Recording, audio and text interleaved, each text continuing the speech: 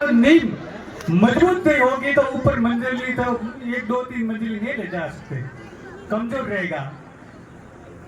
वैसे बच्चे की नींव भी मजबूत बनानी पड़ती है।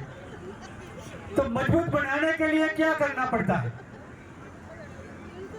मजबूत बनाने के लिए आपके पास में 2 चीज होनी बहुत जरूरी है, एक शिक्षा और दूसरा संस्कार।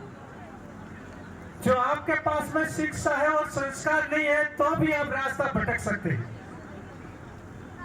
शिक्षा तो जरूरी है ही, शिक्षा के साथ साथ संस्कार भी बहुत जरूरी है। सब लोग शिक्षा देते हैं और संस्कार कहाँ से मिलते हैं? संस्कार घर के वातावरण से मिलते हैं, माता पिता से मिलते हैं, अड़ोस पड़ोस का जो वातावरण अच्छा है तो भी संस्कार मिलते हैं, गुरुजनों से मिलते हैं, स्कूल में भी मिलते हैं, संतों महंतों के पास में जो अच्छा संस्कार की बात होती वो सुनने से भी मिलते हैं, सज्जन व्यक्तियों के पास में बैठने से भी मिलते हैं। तो ये संस्कार लेना बहुत जरूरी है।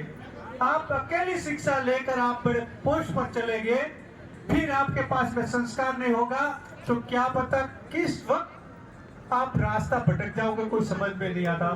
और अपने समाज के अंदर आपने देखा होगा कहीं कहीं ऐसा बना है कि लोग अभी बड़े अफसर हैं, अधिकारी हैं, कोई जेल में भी बैठे हैं, कोई रास्ता भटक गया है तो वो परिवार का भी नहीं कर सकते, उल्टे रास्ते चले गए। तो संस्कार तो सबसे पहले जरूरी है, और संस्कार, शिक्षा, संस्कार और साथ में क्या चाहिए? स्वाभिमान। स्वाभिमान भी बहुत जरूरी है। तो जो स्वाभिमान रखने के लिए क्या करना पड़ता है? बाबा साहब के पास में स्वाभिमान था क्योंकि उन्होंने शिक्षा ली थी, संस्कार लिया था।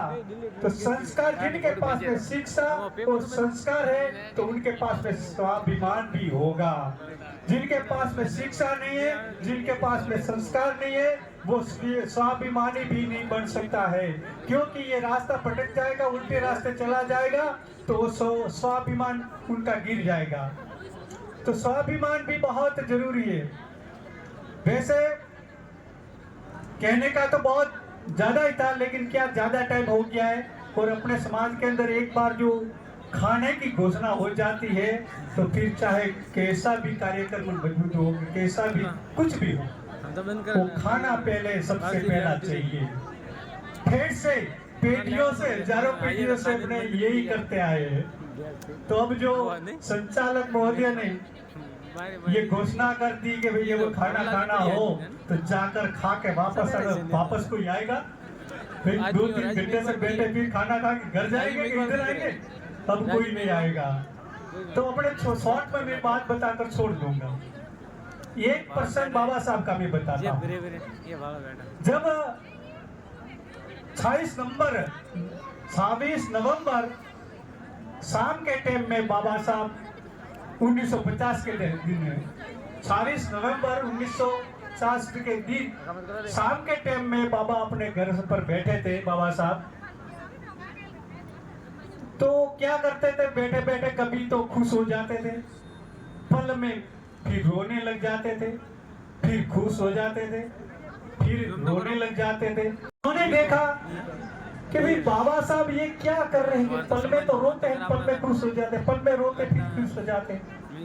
तो उन्होंने सवाल किया बाबा साहब को कि बाबा साहब आपकी दशा मैंने कभी नहीं देखी, आप क्या कर रहे हो, हमें समझ में नहीं आ रहा है, पल में रोते हो पल में फिर खुश हो जाते हैं।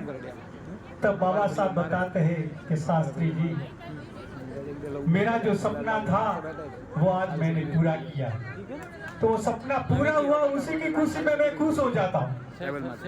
पर ये सपने तक, ये पूरा करने तक मैंने कितनी मेहनत की है, मैंने कितना संघर्ष किया है, मैंने कितनी मुश्किलों का सामना किया है, ये याद आता है जब मैं रोने लग जाता हूँ। तो ये बताते, एक प्रसंग बताते बाबा साहब कि शास्त्री जी आपको पता नहीं होगा, मेरा बेटा बीमार हो गया था, तो उनकी दवाई के लिए मेरे पास में 1 पैसा भी नहीं था। वो बीमारी बढ़ती गई, और एंड में वो मेरा बेटा के दामोदर दास, ये नाम क्या था वो भूल गया, ये के एंड में के मर गया। तो लोगों ने कहा बाबा साहब उनके ऊपर कफन के लिए पैसे लाओ, कपड़ा चाहिए।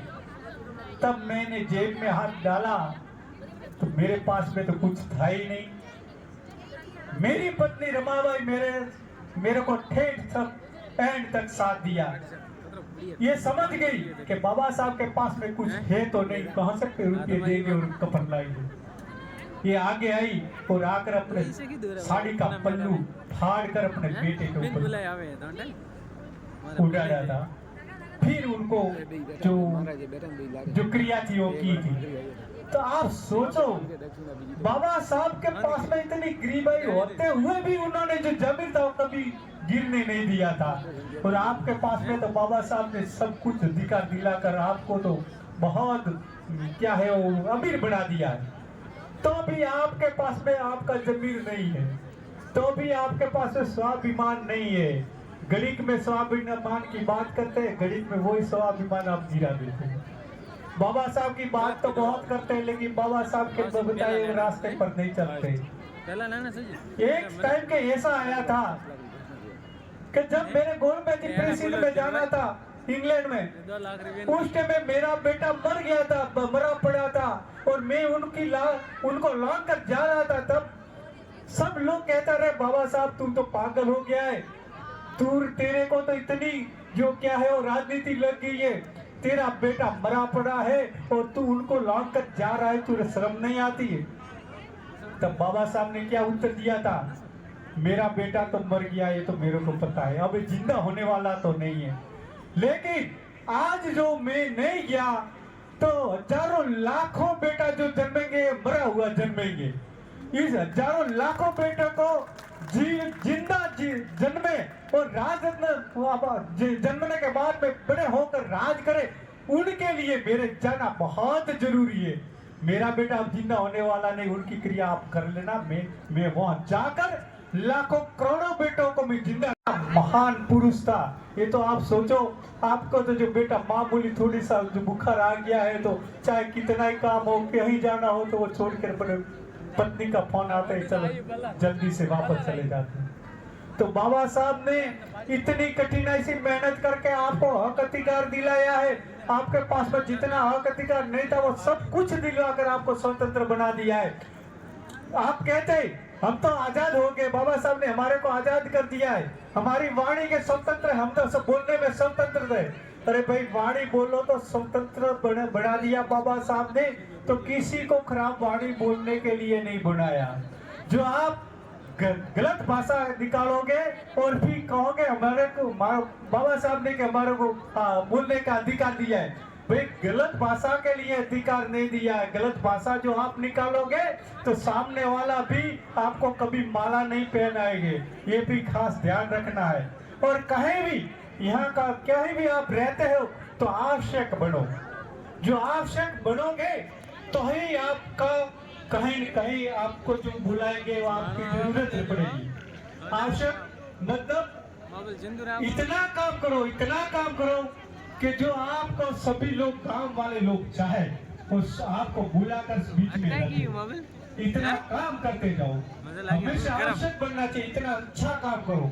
तो समाज के लिए भी आप इतना अच्छा काम करो ताकि समाज भी आपको बुलाकर बीच में रखे। जैसे अपने जो ममता सिंह अतिथि विराजमान है तो उन्होंने मेहनत करके कोई बड़ी पोस्ट भी IPS भी बने हैं, IAS भी बने हैं। राहुल जी कितनी मेहनत कर रहे हैं, जो उदयपुर के अंदर रात दिन लगे रहते हैं आपको आगे बढ़ाने के लिए कि कैसे भी करके हमारा समाज का जो है ये विद्यार्थी आगे बढ़े और समाज का भविष्य उज्जवल बनाए और आगे बढ़ने के बाद में बड़ी पोस्ट पर जाने के बाद में फिर वही विद्यार्थी बड़ी पोस्ट पर जाने के बाद में 10-20 और विद्यार्थियों को आगे बढ़ाए। किस तरीके से समाज को आगे बढ़ाने के पूरी रात दिन मेहनत कर रहे हैं। तो उनको ये उन्होंने जो आज बताया है रास्ता, उन्होंने घंटा भर भाषण दिया, आपको मार्गदर्शन दिया है। तो ये मार्गदर्शन आपके जीवन के अंदर उतारना चाहिए। तो आप जो आपके जो धारण करोगे जीवन के अंदर, तो आपका भी कल्याण होगा, आपके बच्चों का भी कल्याण होगा।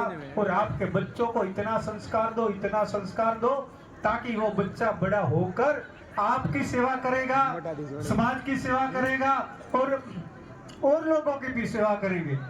तो आप अपने बच्चों पर खास ध्यान दो। संस्कार की बात तो बहुत लंबी चौड़ी है, लेकिन अब ज्यादा बात नहीं करेंगे। हम यही हमारी बात को विराम देते हैं। आप सभी ने यह बुलाकर सम्मान किया, बहुत बहुत धन्यवाद। यहाँ का जो भामाशाह है, भामाशाहों को तो बहुत बहुत धन्यवाद, क्योंकि कोई भी कार्यक्रम जो करना है तो भामाशाह बिना कोई कार्यक्रम नहीं होता है। तो भामाशाह बहुत जो